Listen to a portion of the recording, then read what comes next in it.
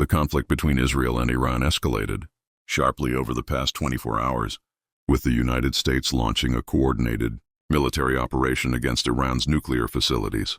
The U.S. military used advanced stealth bombers and precision-guided bunker-buster bombs to strike major Iranian nuclear sites, including Natanz Fordo and Isfahan. Officials in Washington declared the mission a success, citing extensive damage to Iran's nuclear infrastructure. This move marks the most significant direct U.S. intervention in the conflict to date and has raised global concern about potential wider regional fallout.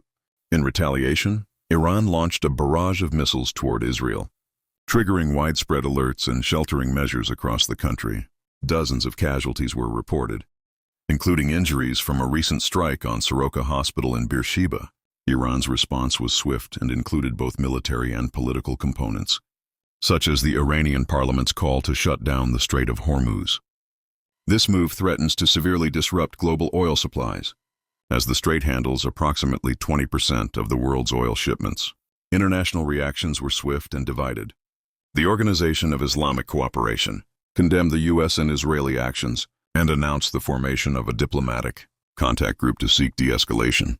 Western leaders, including the UK Prime Minister and European Union officials, urged caution and the resumption of diplomatic dialogue. Meanwhile, Russia sided with Iran, denouncing the strikes as violations of international law, and Iran suspended all nuclear diplomacy efforts in protest. The situation has intensified military readiness across the region.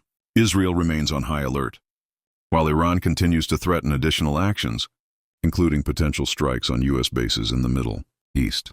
The closure of the Strait of Hormuz remains a looming threat, with serious implications for the global energy market. Oil prices have already risen sharply in response to the crisis, and analysts warn of broader economic instability if the situation deteriorates further. Looking ahead, the risk of full-scale war remains high unless there is a significant diplomatic breakthrough. The international community is under pressure to mediate before the conflict spreads beyond the region.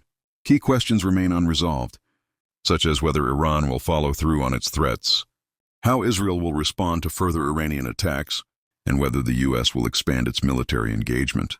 The coming days are likely to be pivotal in determining whether diplomacy can prevail over escalating violence.